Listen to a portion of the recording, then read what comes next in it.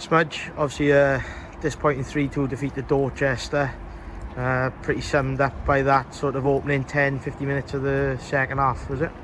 Yeah, it was a mad old spell really. Obviously we got the lead first half and I thought we were in control. You know, they were dangerous from set pieces, corners, free kicks. But then saying that first half we kept the ball well. I felt we were good value for the 1-0. But then, like you say, we've come out second half and we've said all the right things in there, like, you know, don't start slopping.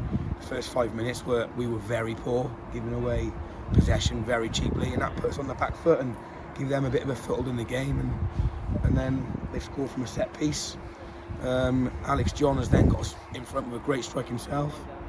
Then they hit a great volley to make it 2-2, and then 2 minutes later they've gone 3-2 up. So it's like, I think it's like 4 goals in 6-7 minutes, and it gets a mad spell of the game, and it swung it in their favours. And then of course they're on top, and we couldn't really get back into it. We had a great chance of volley,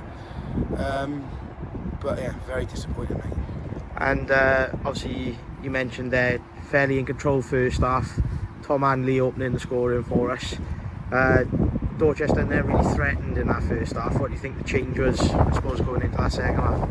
I think we got sloppy. You know, we were very good in possession first half, and our rotations were good. Second half, they did press us more, and I think a few boys made a few sloppy passes, and it affected them too much rather than then just putting their foot on the ball and making sure they got the next pass right.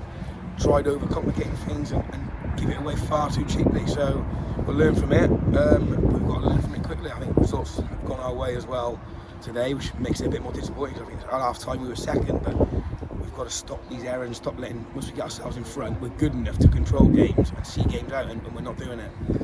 And obviously travelled a little bit lightly today due to a few injuries, with obviously Rhoda, Guess and Joe Woody being unavailable. Obviously Marty came off their second half as well. What's the sort of thoughts on that, I suppose? Yeah, we've been light in training the past few weeks. And that may affect our intensity in games.